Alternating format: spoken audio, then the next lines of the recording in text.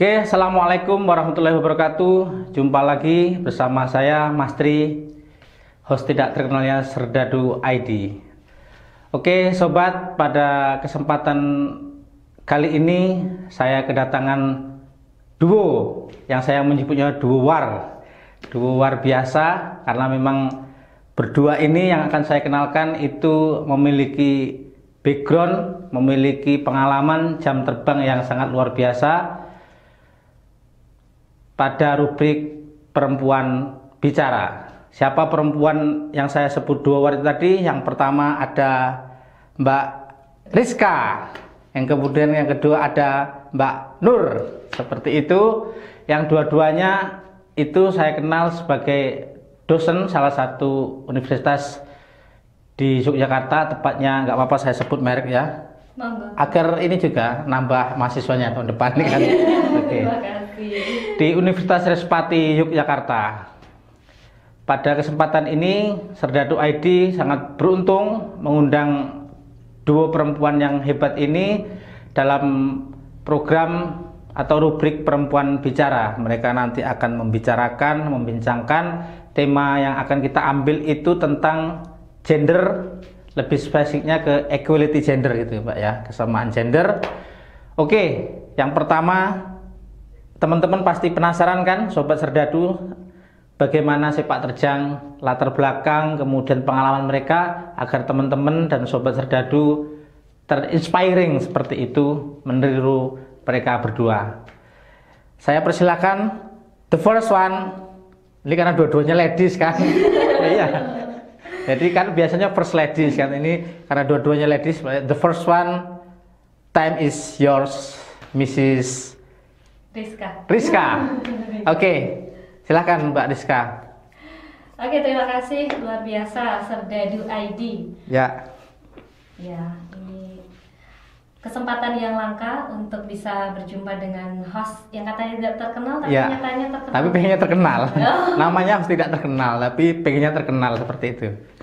Oke. Ya, saya selain sebagai seorang dosen yang tentu saja melaksanakan tridharma ya, pendidikan, pengajaran, dan penelitian, pengabdian gitu. Saya juga banyak passion. Ya. Banyak passion yang saya tekuni, yaitu di bidang family science. Oh, yang family science. juga relate dengan mata kuliah yang saya ajar. Kemudian ke public policy, karena kita kalau riset itu muaranya juga banyak ke arah. Dan itu dulu, nanti saya lanjut lagi. And then the second one is Mrs. Nur. Iya. Time is yours. Iya. Baik, terima kasih Mas Tri. MC yang host ya. tidak terkenal. Host yang katanya belum terkenal ya Mas. Ya, tidak tidak terkenal. Bukan tidak terkenal, tapi belum terkenal. Tapi nama panggung saya harus tidak terkenal. Oke. Baik, perkenalkan saya Nur Hasanah. Ketertarikan saya memang dari dulu adalah mengajar. Sebetulnya dulu cita-citanya pengen jadi guru. Tapi saat lulus SMA tidak diperkenankan oleh orang tua untuk mengambil jurusan guru. Tapi alhamdulillah qadarullah gitu ya, ada saja jalannya hanya beda. Kalau guru di sekolah, ini di kampus, tapi sama-sama guru gitu. Alhamdulillah. Nah, selanjutnya ketertarikan saya juga selain di dunia pendidikan, di bidang lainnya tentunya dengan partner saya ya Mbak Rizka, baik itu di bidang entrepreneur, kemudian family science, kemudian gender equality, policy brief maupun health teknologi begitu. Oke, luar biasa. Berarti kan saya tidak salah menyebut duo war gitu, duo war, perang gitu loh. Kan dua luar biasa, tapi kan anak-anak sekarang menyebutnya war gitu kan, emot api gitu kan, karena memang on fire. Iya, on fire terus, memang luar biasa. Mbak Rizka sama Mbak Nur tadi sobat, sekilas tentang background mereka yang memang tidak perlu diragukan lagi terkait latar belakang pendidikan dan juga sepak terjang dosen berdua ini, dan banyak prestasi yang diraih. Terakhir itu saya dikirimi fotonya Mbak Nur dan Mbak Rizka itu pemenang inovasi Purworejo ya. Bulan apa kemarin? Bulan September ya. September. Pemberian sertifikat piagamnya itu di bulan November. Nah, ini nih fotonya. Beliau berdua pemenang lomba inovasi Purworejo. Nah, nanti akan cerita juga ini sebagai apa namanya pancingan ke sobat semuanya agar apa yang mereka berdua raih bisa teman-teman raih juga, bahkan bisa lebih seperti itu ya. Oke, apa namanya Mbak Nur dan Mbak Rizka terkait tadi yang sudah saya sampaikan di awal, we will talk about gender gitu. Yes. Kita berbicara tentang gender kita karena saya sama dosen jadi agak ke Inggris-Inggrisan dikit ya sobat, karena memang ya saya harus mengikuti walaupun dengan sangat terbata-bata seperti itu. Oke, bahasa Indonesia aja sepertinya. Nggak apa-apa karena memang teman-teman sobat Serdadu ID memang harus dipancing seperti itu Mbak gitu. Kita akan berbicara tentang gender, khususnya tentang kesamaan gender seperti itu. Artinya ya selama ini kan kalau berbicara gender itu kan laki-laki perempuan gitu. Tapi kan itu makna secara umum ya, mungkin nanti bisa dijelaskan secara spesifik apa akademis itu seperti apa, kemudian kenapa kok harus equal, kok harus sama gitu, misalnya antara laki-laki perempuan di berbagai sektor. The first Mbak Nur dulu deh. Tadi kan Mbak Rizka. Iya, baik. Sebetulnya kalau kita berbicara tentang gender itu bukan sama atau setara ini, sahabat semua, tetapi melainkan adil, ya. Oh, adil, konsepnya adil berarti ya. Karena kalau kita berbicara setara antara laki-laki dan perempuan itu tidak bisa disetarakan, gitu ya. Karena apalagi kalau kita berbicara tentang gender itu pasti banyak pro dan kontra. Ya, betul. Terlebih bila dikaitkan dengan agama, begitu ya.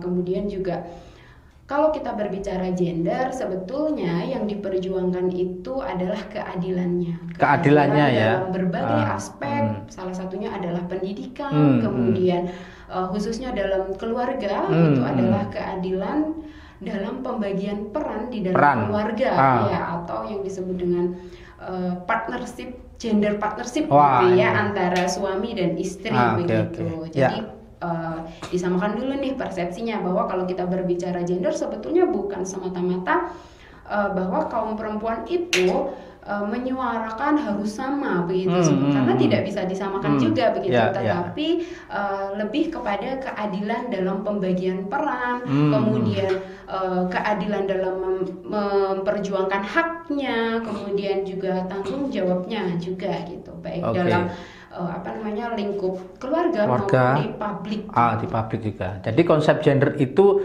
bukan kesamaan atau kesetaraan tapi justice, keadilan ya, Pak Nur ya. Oke, jadi tadi dicontohkan bahwa partnership gender gitu, pembagian peran yang adil antara si bapak mungkin si ibu, kemudian anak pun juga seperti itu ya, betul. Nanti gitu. Oke, thank you Mbak Nur, and then Mbak Rizka. Seperti apa perspektifnya atau yang bisa dijelaskan? Ya, kita dari konsep awal gender tadi sedikit sudah disampaikan oleh Mbak Nur ya. Nah, kita sekarang bicara ini antara jenis kelamin dengan gender. Oke. Ya, sepertinya apa menariknya nih jenis kelamin sama gender? Ya, menurut Mas Sulis, apakah sama jenis kelamin dengan gender? Ya, karena saya tahunya gender itu laki-laki perempuan berarti sama gitu. Iya.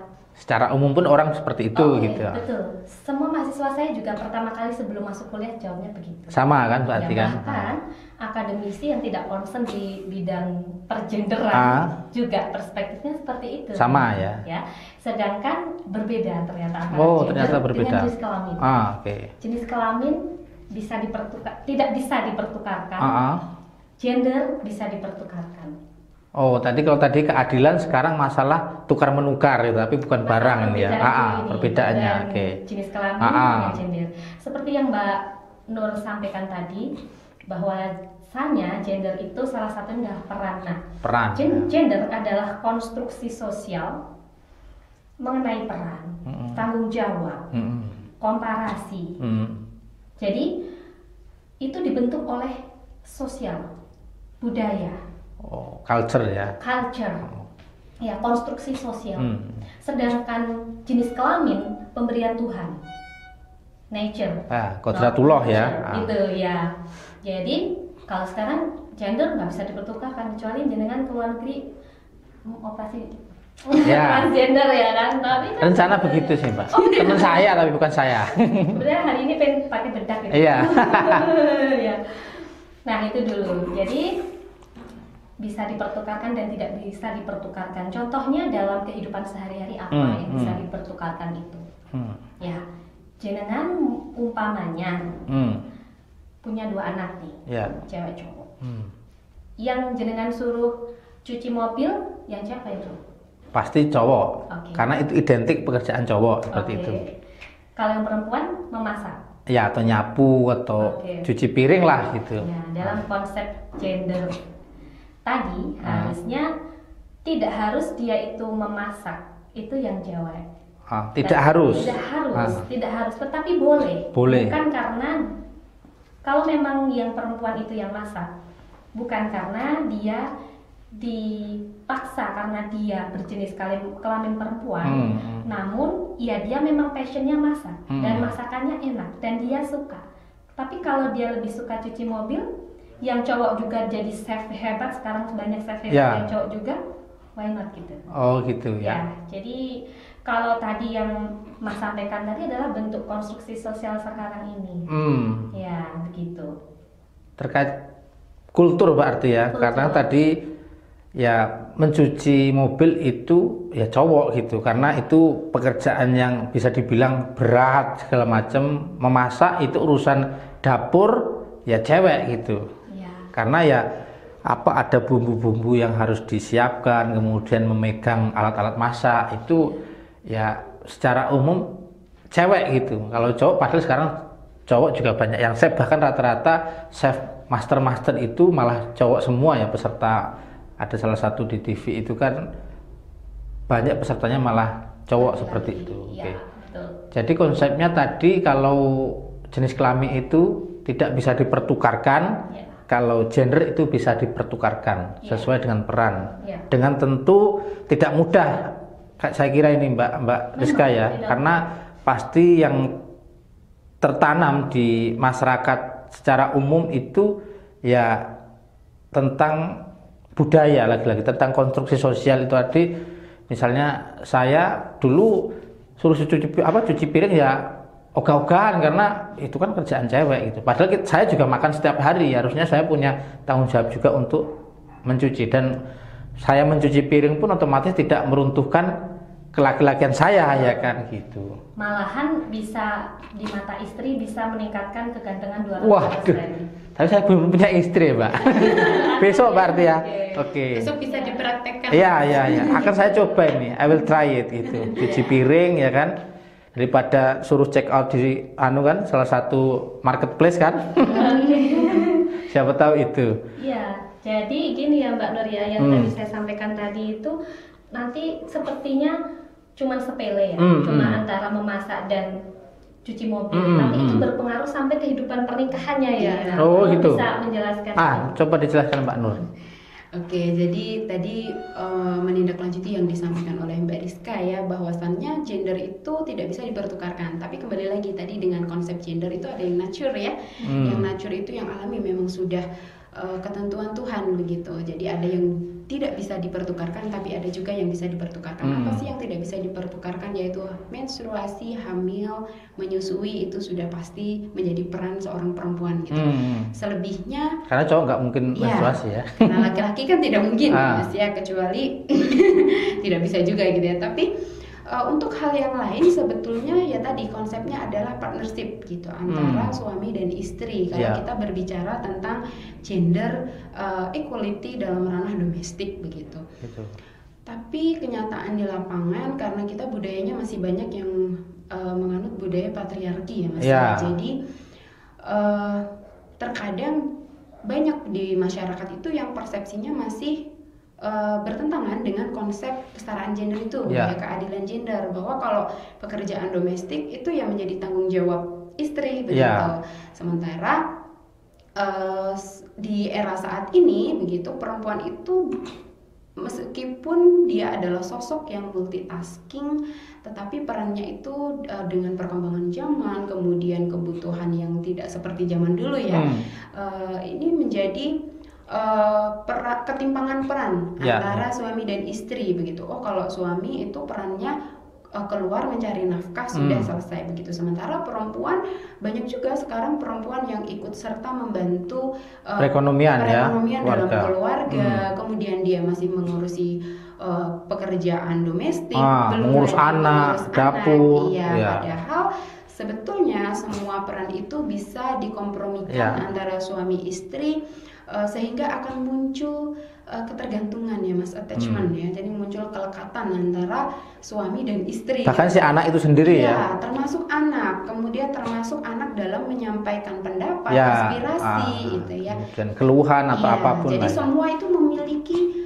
hak yang sama, tetapi bukan sama dengan satu, tapi sama sesuai dengan porsinya masing-masing. Sama peran istri, peran suami, dan peran anak memiliki, termasuk dalam mengambil keputusan, merencanakan keluarga di masa depan, baik itu target dalam rumah tangga itu, kemudian juga kemudian tidak terlepas juga dalam hal finance ya, keuangan begitu. Itu semuanya sebetulnya bisa dibagi begitu perannya antara suami dan istri. Oke gitu. Berarti dalam artian begini tadi Mbak Nur, kita tidak dalam posisi mempertanggungjawabkan ya sahabat, dalam artian ini di kajiannya secara akademisi, kemudian di lihat fenomena di dalam masyarakat seperti itu kan. Kalau ya secara umum memang dalam lingkup keluarga di masing-masing masyarakat itu kan diibaratkan tadi, kalau demokrasi terpimpin gitu. Biasanya seorang bapak itu memegang peranan penuh seperti itu. Artinya ibu harus ngapain, kemudian anak harus ngapain. Bahkan tidak jarang juga ruang-ruang untuk ngobrol, untuk diskusi itu kan tidak ada. Betul.